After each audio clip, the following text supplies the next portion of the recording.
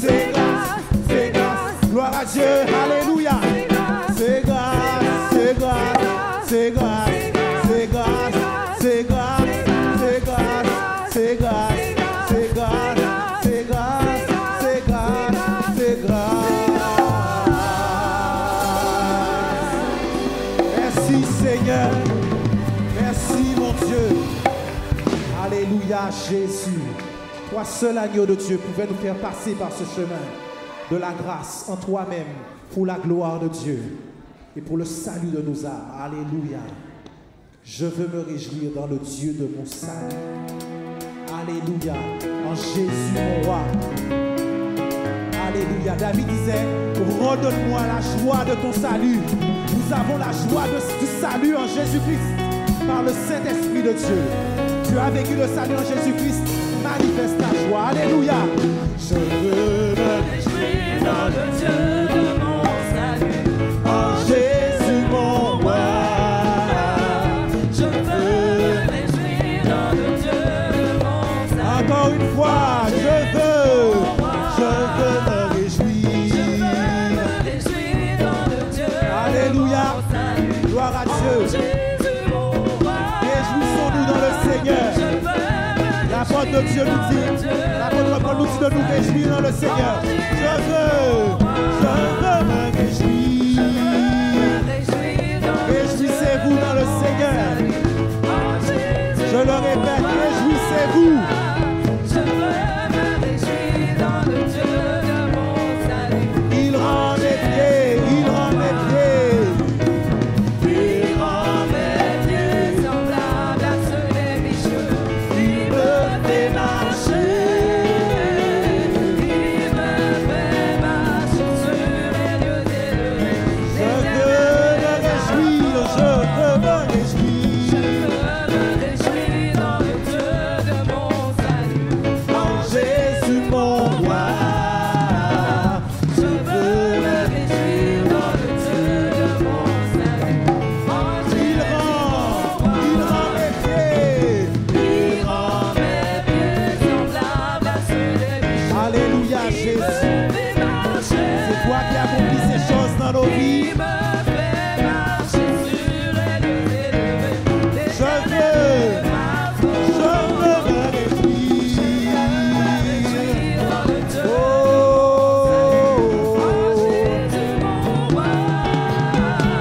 Je veux me réjouir dans le gloire à toi Seigneur. Gloire à ton nom Dieu. Il rend mes pieds, il rend mes pieds. Il rend mes pieds semblables à ceux des bicheux. Il me fait marcher. Il me fait marcher sur les lieux élevés. Alléluia, alléluia, alléluia, alléluia, alléluia, alléluia, Jésus, alléluia, alléluia, alléluia, alléluia, alléluia, alléluia, alléluia, Jésus. À ton nom seul, alléluia.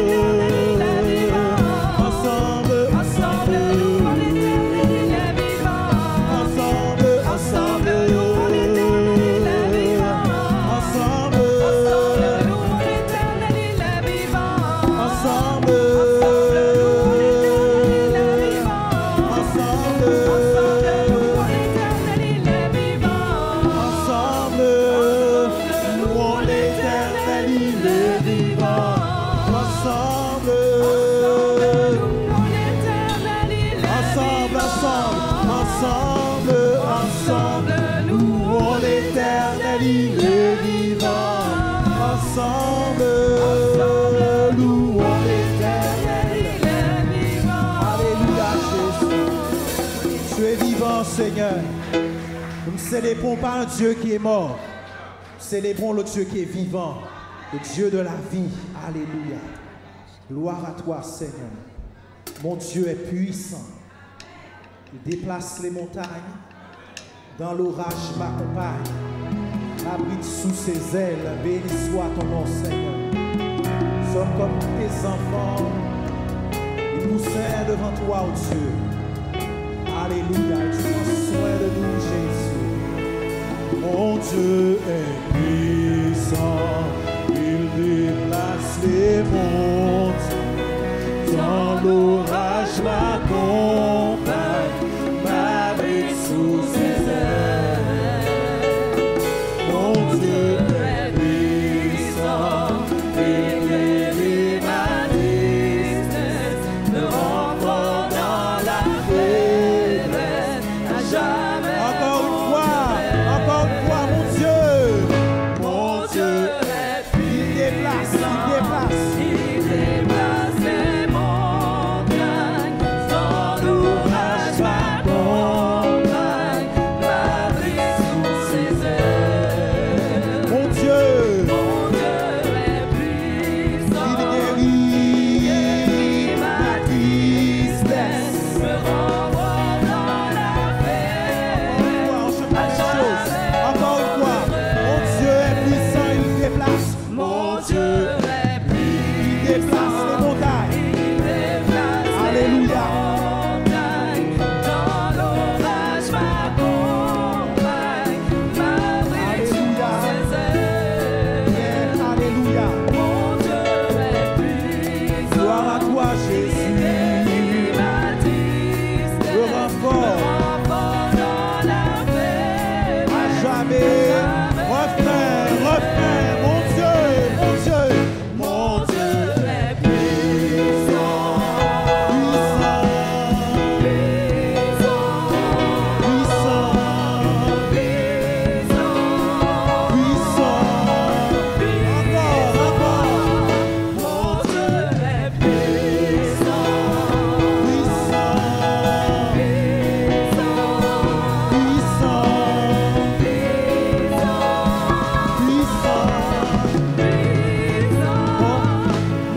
Dieu est puissant, seul sauveur de ceux, auteur de mon salut,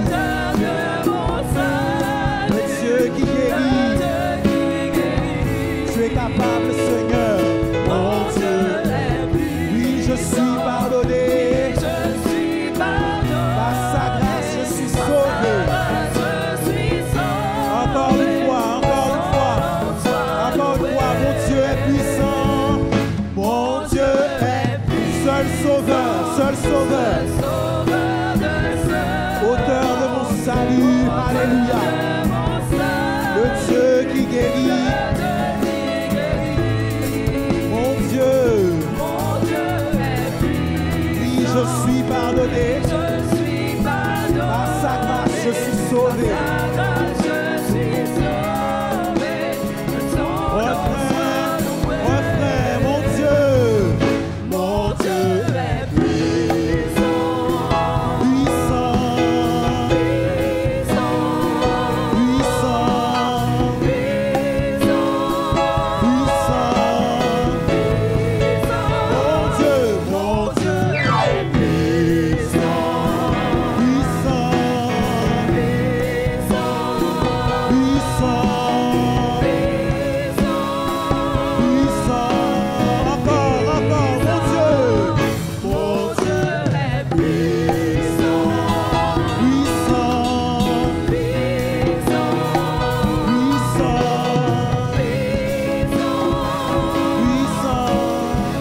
Il est fort, il est fort, il est fort.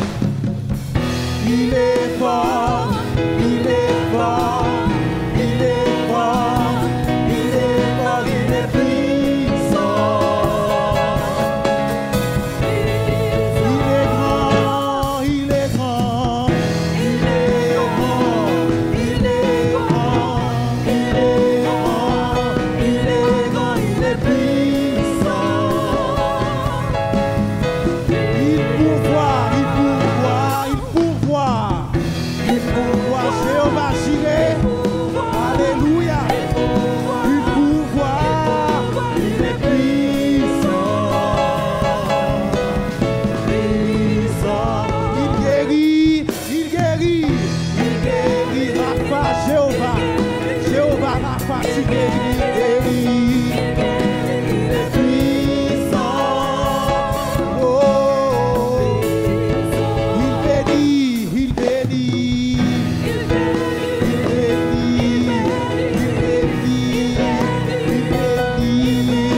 Il est puissant.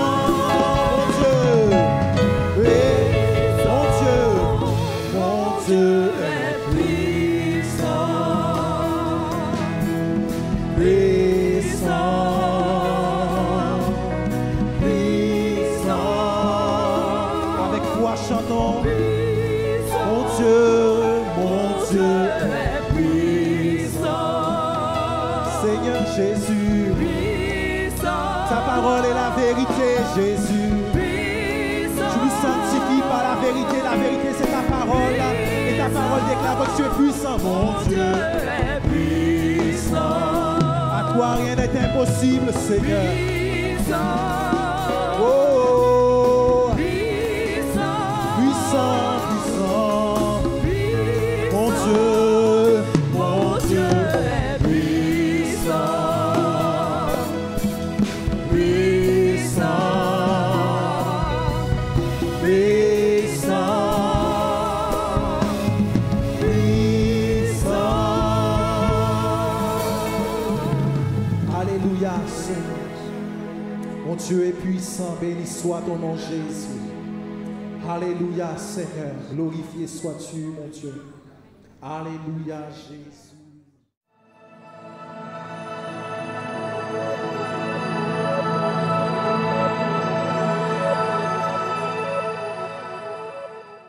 Si vous voulez bien, ouvrons la parole de Dieu et nous lirons dans le livre de la Genèse une histoire de transformation.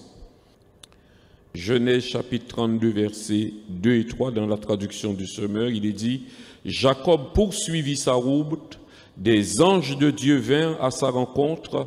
En les voyant, il s'écria « C'est ici le camp de Dieu » et il nomma ce lieu Mahanaïm, qui signifie les deux camps.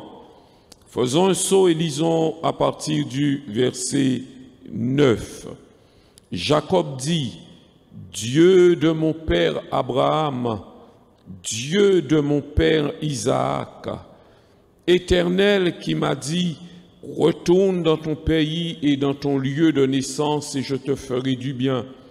Je suis trop petit pour toutes les grâces et pour toute la fidélité dont tu as usé envers ton serviteur, car j'ai passé ce Jourdain avec mon bâton, et maintenant je forme deux camps. Délivre-moi, je te prie, de la main de mon frère, de la main d'Ésaü, car je crains qu'il ne vienne et qu'il ne me frappe avec la mère et les enfants. Et toi, tu as dit, je te ferai du bien, et je rendrai ta postérité comme le sable de la mer, si abondant qu'on ne saurait le compter. C'est dans ce lieu-là que Jacob passa la nuit. Il prit de ce qu'il avait sous la main pour faire un présent à Ésaü, son frère. Amen. L'histoire de Jacob m'a toujours fasciné.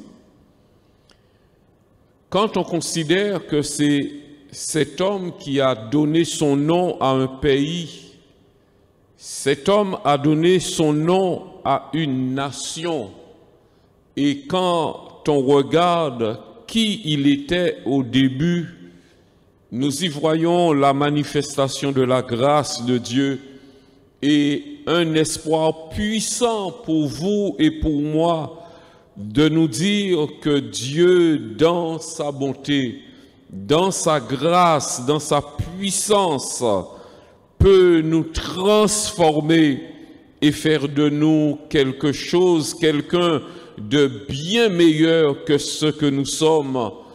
Ça nous dit aussi que Dieu voit au travers de la petitesse, de la modestie, de la faiblesse dans laquelle nous pouvons nous trouver actuellement, mais Dieu voit au-delà de ça un dessein qui nous dépasse, vous et moi, que son nom soit béni.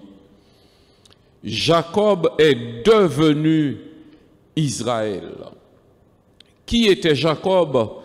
Un homme empêtré dans ses peurs, dans des contradictions, un débrouillard, comme on dit dans notre langage familier, un homme qui avait l'habitude de compter sur lui-même et dans tous les cas, un homme qui n'avait pas encore la vision spirituelle dans laquelle Dieu avait prévu, déjà planifié de le placer pour accomplir des desseins extraordinaires en lui.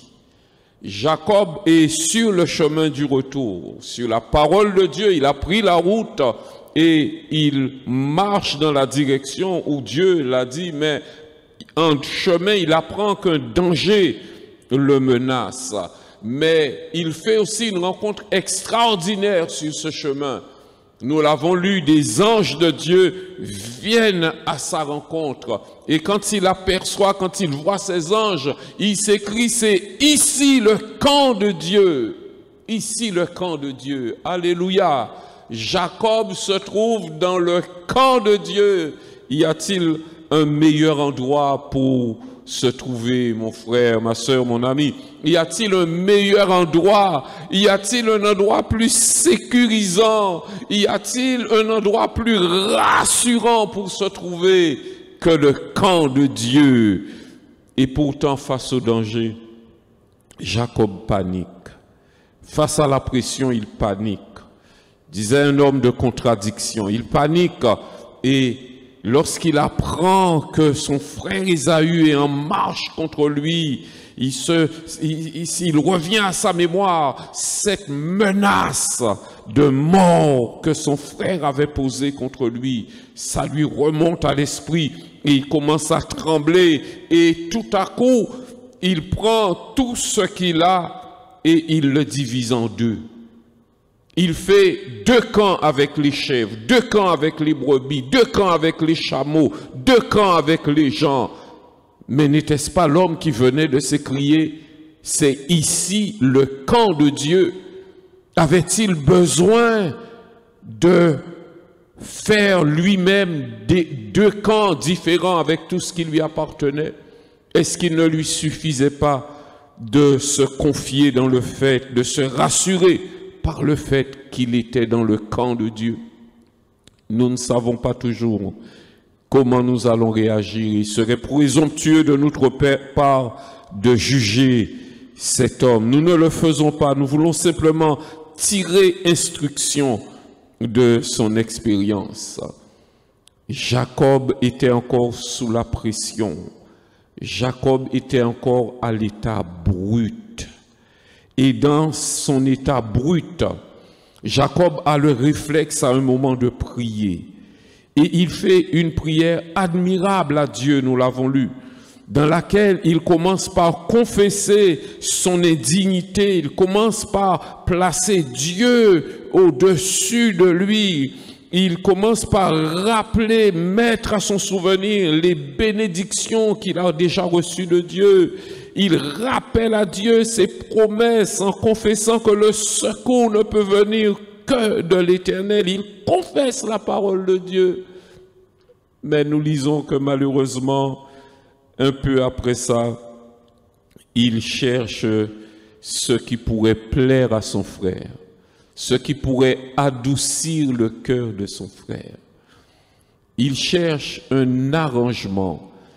Il est en réflexion et il se dit, tiens, il va prendre ce qu'il a sous la main pour en faire un présent à son frère. On le lit dans le verset 13. Jacob se confie dans la ruse.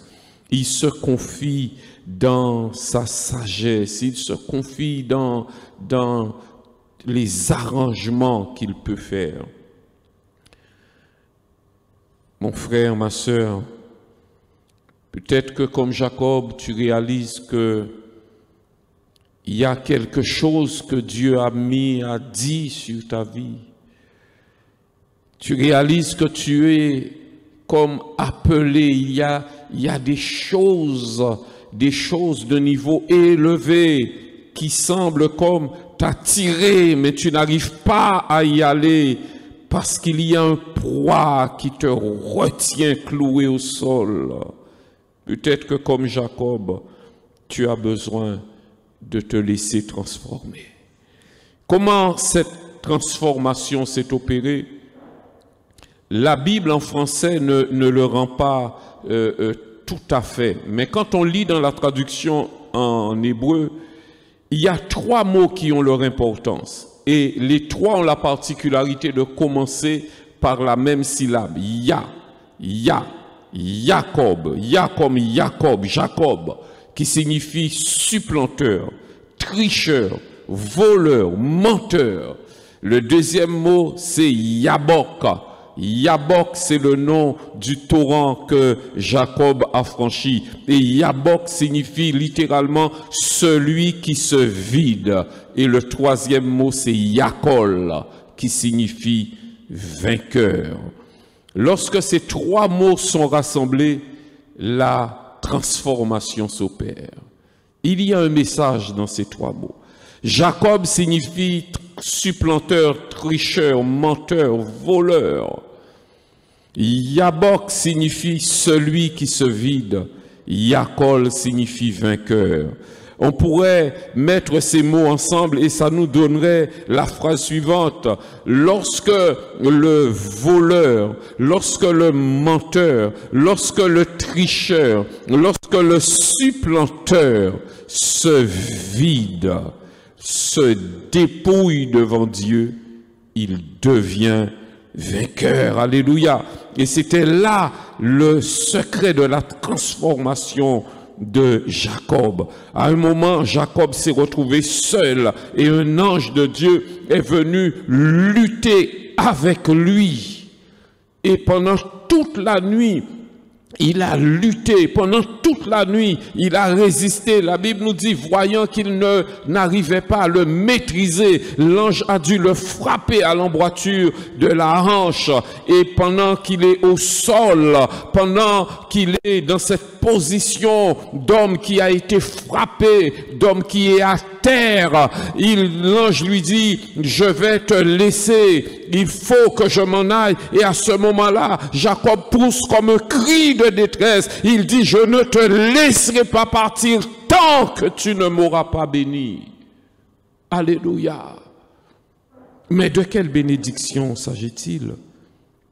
Jacob n'avait-il pas déjà des milliers de chèvres, des milliers de chameaux? Jacob n'avait-il pas déjà de nombreux biens? Jacob n'avait-il pas déjà de grandes richesses? Jacob n'avait-il pas déjà 11 fils?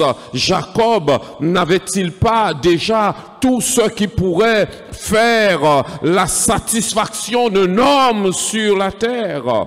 Il crie encore après une bénédiction. Oh, la bénédiction dont il s'agit ici est tout autre. C'est celle qu'on obtient quand on accepte de se présenter devant Dieu sans masque. C'est celle qu'on obtient quand on est déterminé à se tenir aux pieds du Seigneur, à lutter avec lui jusqu'à ce que l'on soit changé, jusqu'à ce que l'on soit transformé, Jacob a lutté pour que toutes ces choses qui le plombaient, toutes ces choses qui étaient attachées à lui, toute cette mentalité qui l'empêchait de rentrer dans le projet de Dieu, que toutes ces choses sortent de lui, qu'il soit délivré de ces choses, qu'il soit libéré et qu'il soit changé. Alléluia. Cette nuit-là, Jacob a lutté. Jacob a lutté avec Dieu.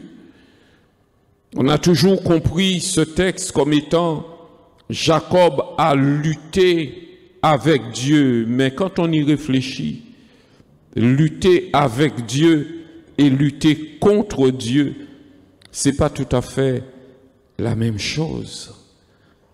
Jacob a lutté avec Dieu.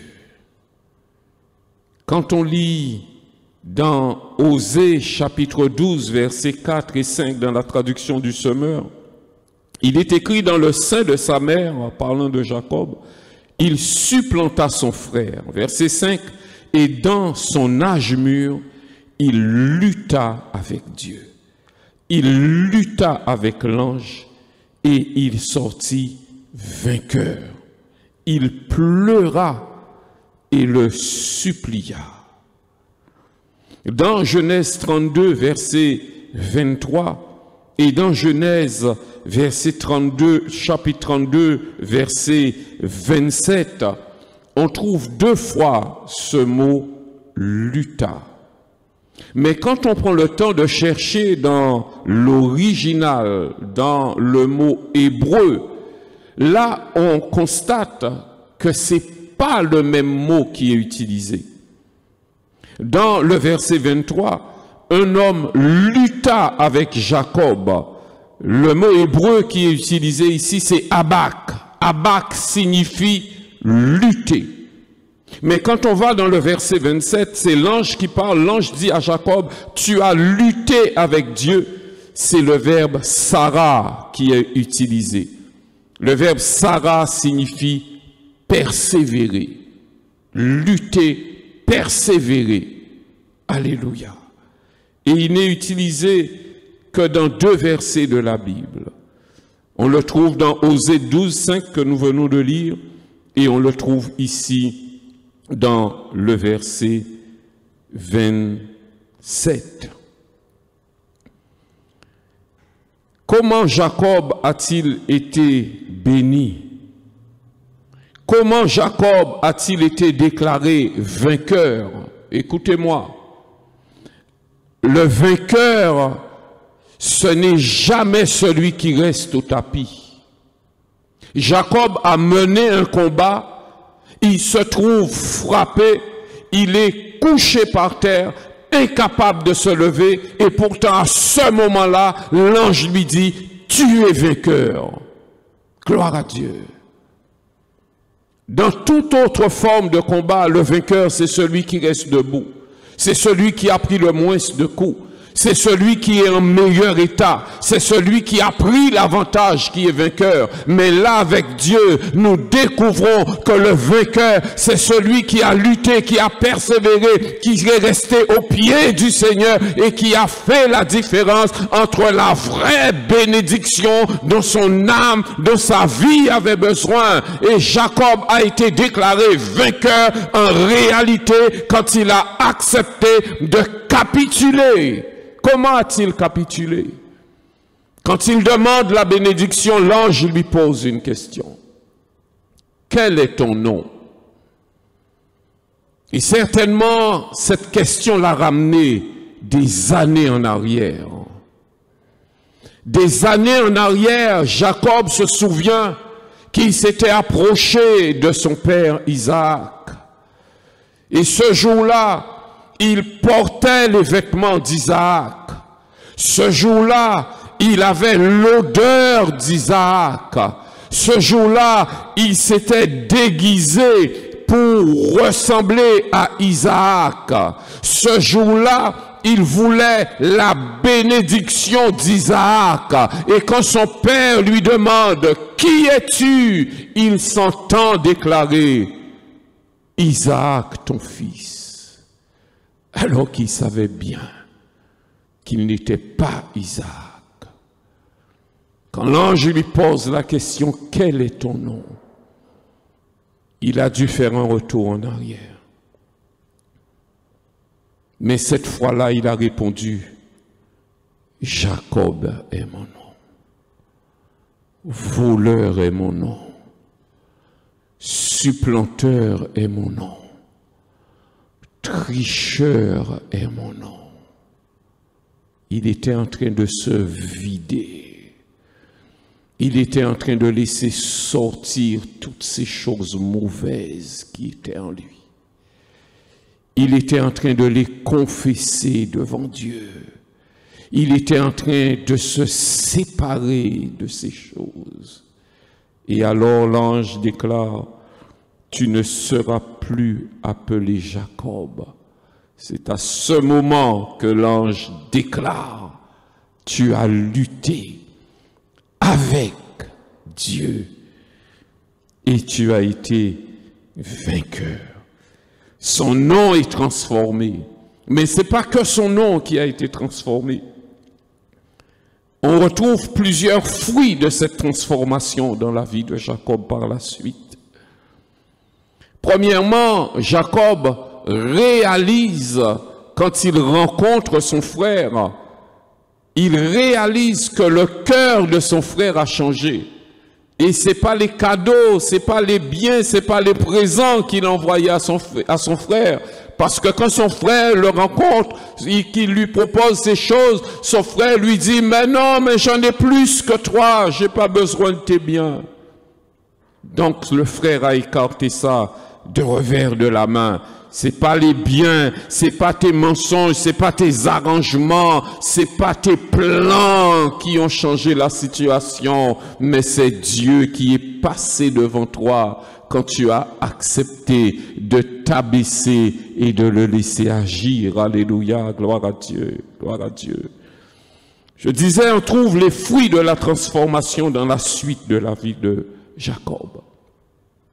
Premièrement, lorsque son frère lui dit, allons ensemble, il lui dit, ok, mais je ne peux pas aller plus vite que le troupeau, je ne peux pas aller plus vite que les enfants, va devant, il le laisse partir. Mais quand on lit l'histoire, on voit qu'il n'est pas allé dans la même direction que son frère. Son frère est parti pour Séhir. Séhir signifie littéralement broussailleux. Tandis que lui, il prend une autre direction, il va à Bethel, qui signifie maison de Dieu. Première transformation, alléluia. Je peux être réconcilié avec toi, je peux avoir fait la paix avec toi, mais pour autant je n'irai pas sur ton territoire, je marcherai toujours pour aller en direction de la maison de Dieu. S'il faut que nos chemins se séparent, alors ils se sépareront, parce qu'il est hors de question que je prenne un autre chemin que celui qui conduit à la maison de Dieu. Alléluia. Jacob se trouve encore une fois confronté au danger. Il est dans une ville appelée Sichem. Et dans cette ville, premièrement, au chapitre 33, il est dit sur le chemin du retour, d'abord, Jacob fait une halte dans cette ville-là. Et là, dit le verset 20, Genèse 33, 20, là, il éleva un autel qu'il appela El Eloé Israël, qui signifie littéralement Dieu, le Dieu puissant d'Israël, ou encore Dieu est le Dieu d'Israël. Gloire à Dieu. Transformation importante. Jusqu'ici, quand Jacob parlait de Dieu, il disait le Dieu de mon père Abraham.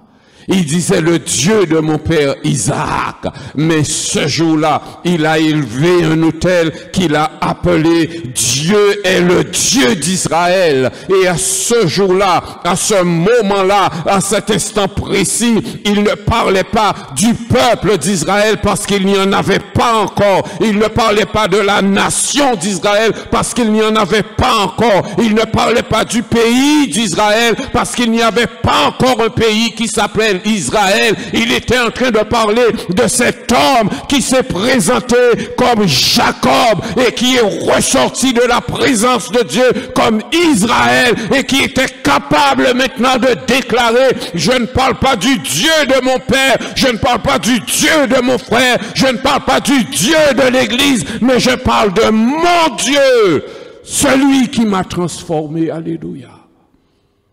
Le Dieu qui m'a transformé. El Elohel, Israël. Dieu est le Dieu puissant d'Israël. Trouve une autre transformation dans sa vie, dans cette ville de Sichem. Sa vie est de nouveau menacée.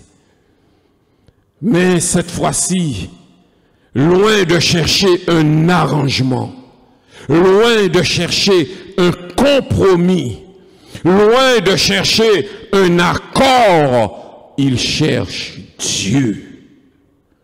Il cherche Dieu. Genèse chapitre 35, versets 2 à 5. Alors que la menace gronde, Jacob dit à sa maison et à tous ceux qui étaient avec lui: ôtez les dieux étrangers qui sont au milieu de vous. Purifiez-vous et changez de vêtements. Nous nous lèverons et nous monterons à Béthel. Et là, je dresserai un autel au Dieu qui m'a exaucé dans le jour de ma détresse et qui a été avec moi pendant le voyage que j'ai fait. Il déclare maintenant que sa confiance est en Dieu. Verset 4, ils donnèrent à Jacob tous les dieux étrangers qui étaient entre leurs mains et les anneaux qui étaient à leurs oreilles. Jacob les enfouit sous le térébinthe qui est près de Sichem.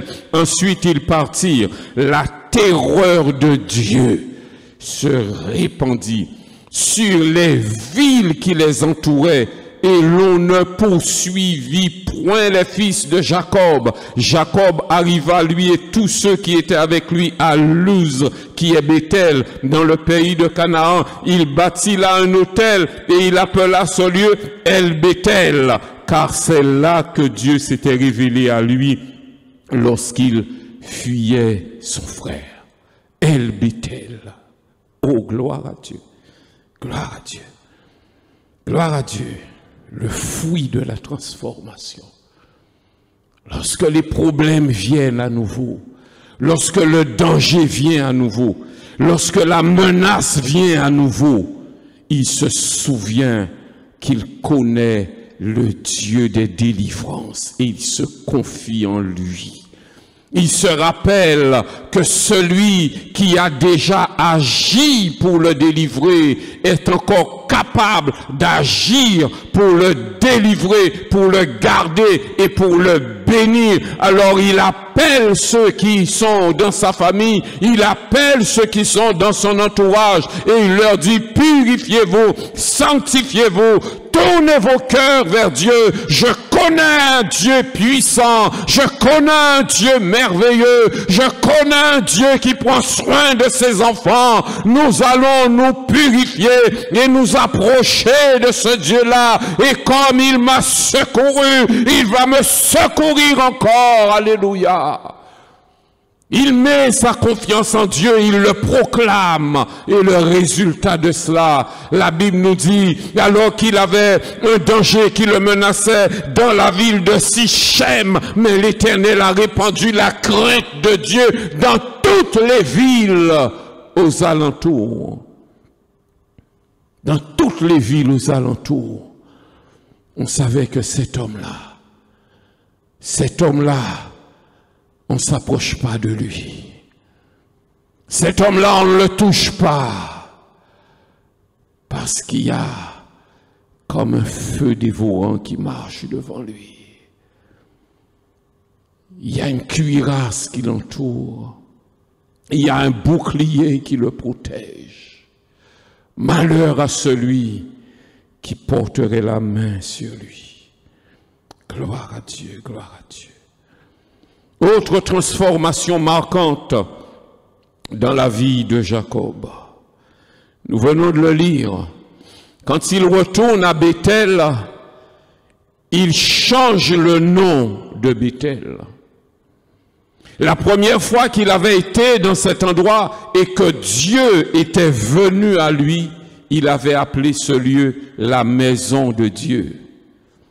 Vous connaissez l'histoire, après avoir appelé ce lieu la maison de Dieu, Jacob ne semblait intéressé que par les biens de la maison de Dieu. Il avait même fait un pacte avec Dieu. Si tu me bénis, si tu me permets de revenir, si tu prends soin de moi, si, tu seras mon Dieu. Et il est allé chez Laban, il a trouvé femme, enfant, richesse, etc. Et il devenait de plus en plus riche, la maison de Dieu. Mais son cœur a été transformé. Et quand il retourne au même endroit, il change le nom. Maintenant, c'est plus la maison de Dieu, c'est El Béthel qui signifie le Dieu de la maison de Dieu.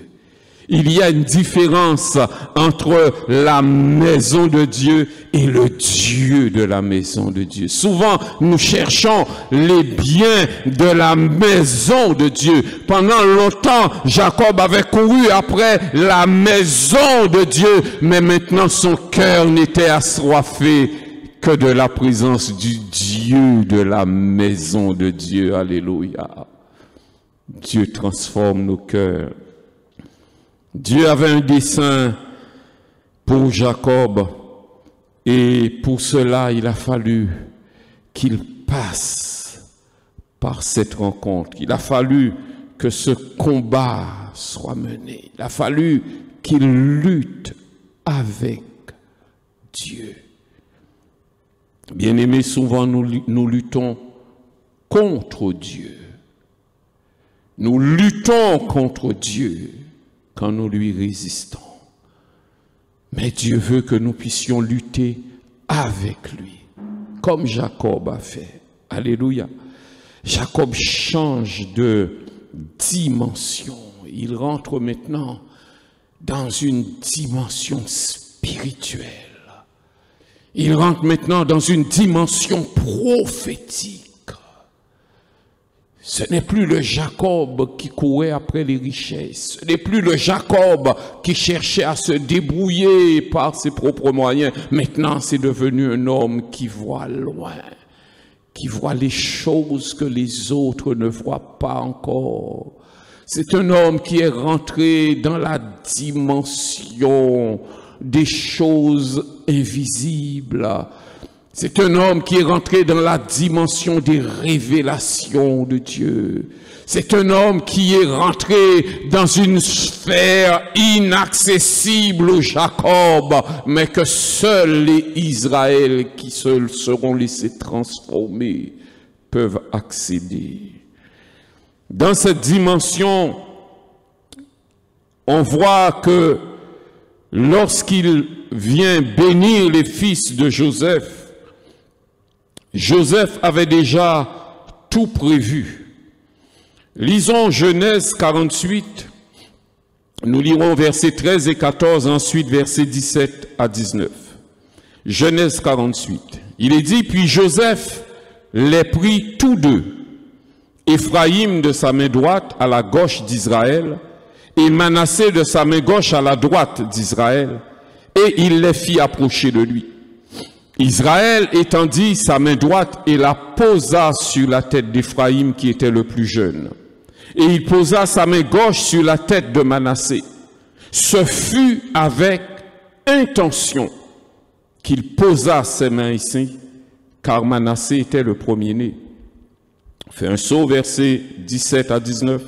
Joseph vit avec déplaisir que son père posait sa main droite sur la tête d'Éphraïm. Il saisit la main de son père pour la détourner de dessus la tête d'Éphraïm et la diriger sur celle de Manassé. Et Joseph dit à son père, « Pas ainsi, mon père, car celui-ci est le premier-né.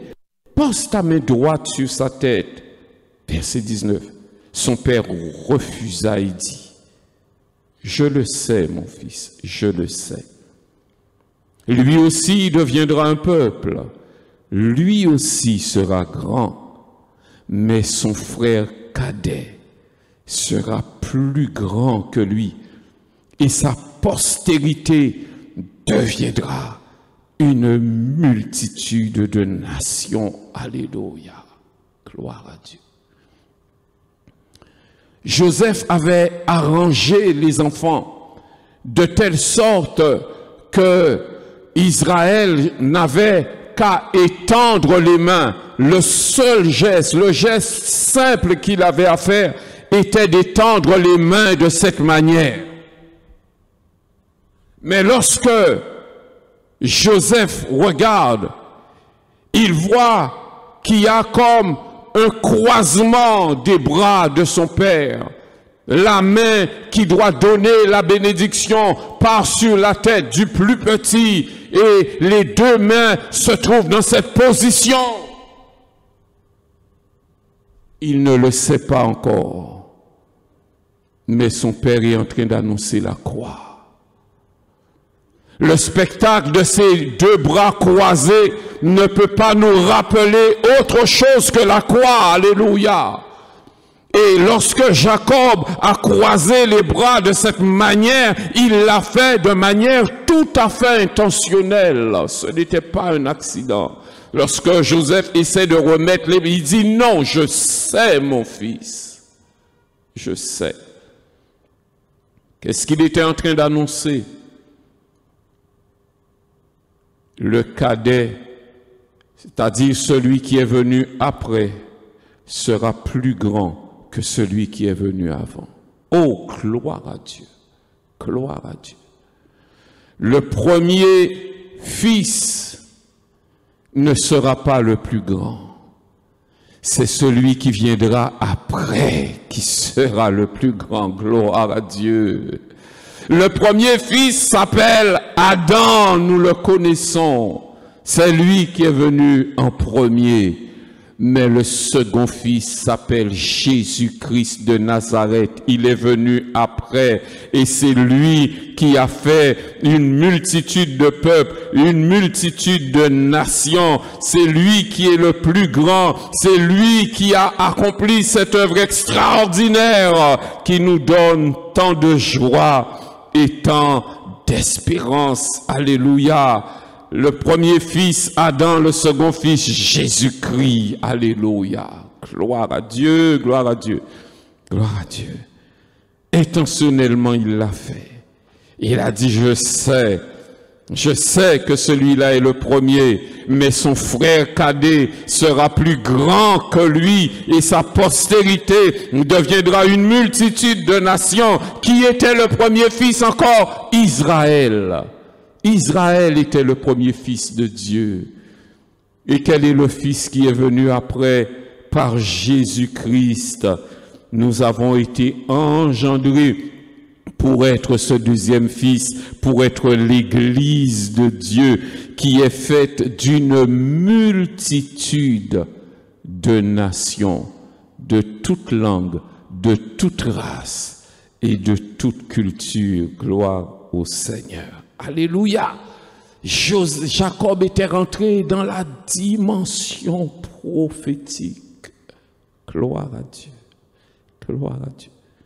Quand il accorde la bénédiction à ses fils, arrivé sur Juda, le temps s'arrête.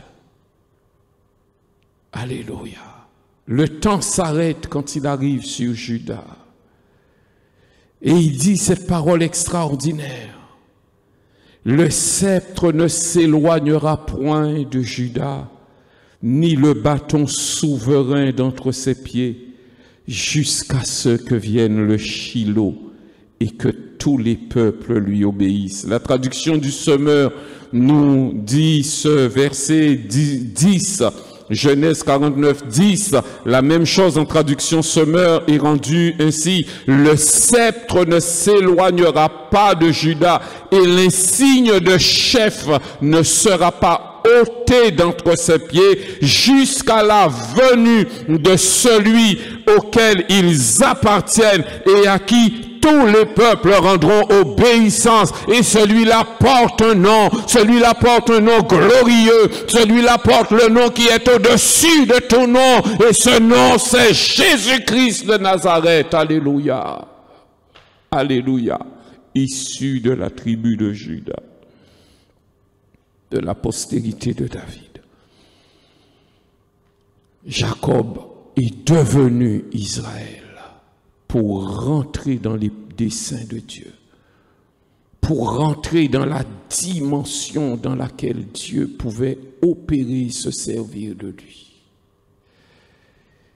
Mon frère, ma sœur, toi qui viens d'écouter ce message, puisses-tu réaliser que le Jacob qui est en toi, Dieu veut t'en débarrasser parce qu'il a des projets et des desseins pour ta vie, des choses qui te dépassent, des choses que lui seul connaît pour l'instant, des choses que tu ne comprendrais pas s'il te les révélait, mais des choses qui n'arriveront qu'à une seule condition, que comme Jacob, tu luttes avec Dieu.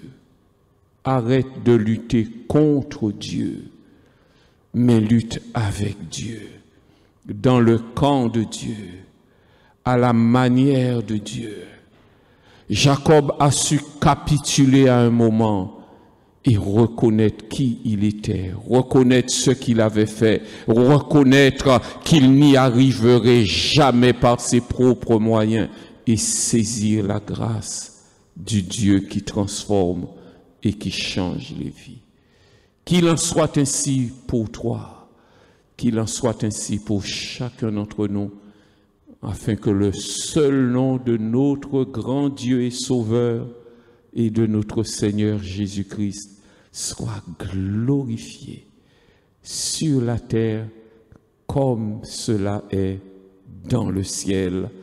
Au nom de Jésus, Amen. Alléluia, Seigneur.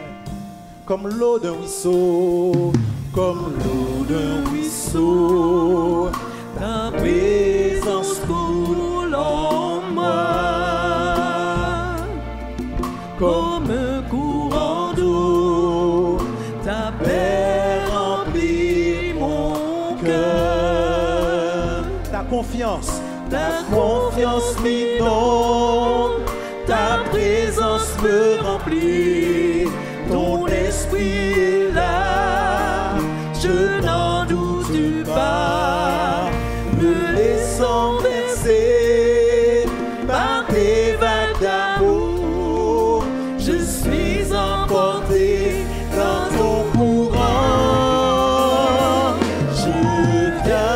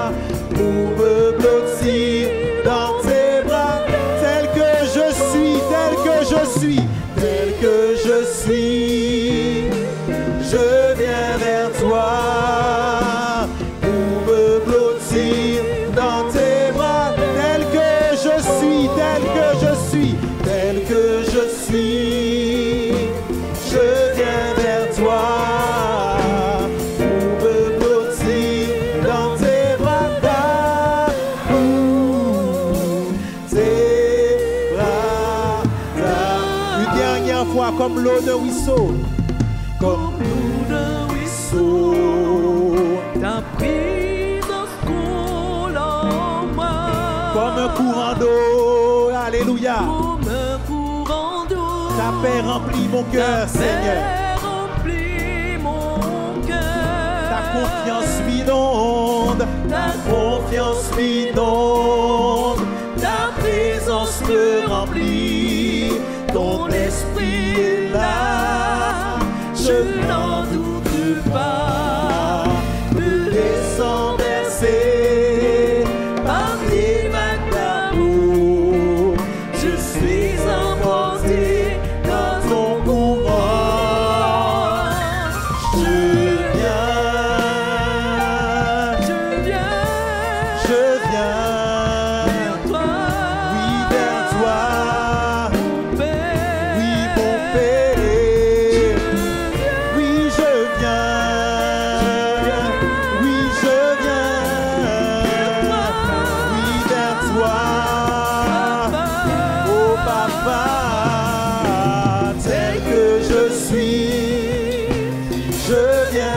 toi, pour me blottir dans tes bras, tel que je suis, tel que je suis, je viens vers toi, pour me blottir, tel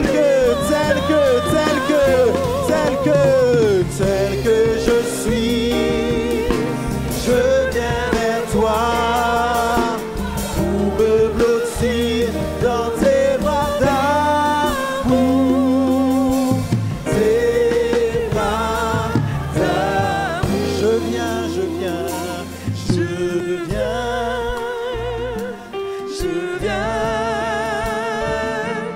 vers toi.